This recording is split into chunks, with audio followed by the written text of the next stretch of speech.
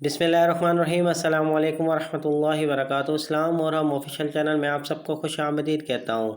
اس video آخر تک ضرور دیکھیے گا اور ثواب کی نیت کے ساتھ شیئر بھی کیجیے گا۔ ہارٹ اٹیک کون سے صحابی کو آیا تھا اور حضور اکرم صلی اللہ علیہ وسلم نے اس کا کیا علاج بتایا تھا، اس ویڈیو میں بات ہونے والی ہے۔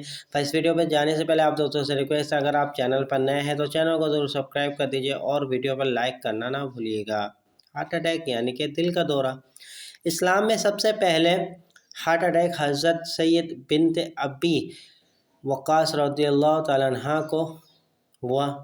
ہمارے پیارے نبی صلی اللہ علیہ وسلم نے حکم دیا کہ اجوا کھجور کی گٹھلیوں سمیت پیس کر کھاؤ۔ اس کے بعد تمام زندگی ان کو دل کی تکلیف نہیں ہوئی۔ طریقہ کار یہ ہے، اجوا کھجور گٹھلی سمیت پیس کر 1 مہینے تک استعمال کریں، انشاءاللہ آپ کو کبھی دل کا دورہ نہیں پڑے گا، یعنی ہارٹ اٹیک نہیں ہوگا۔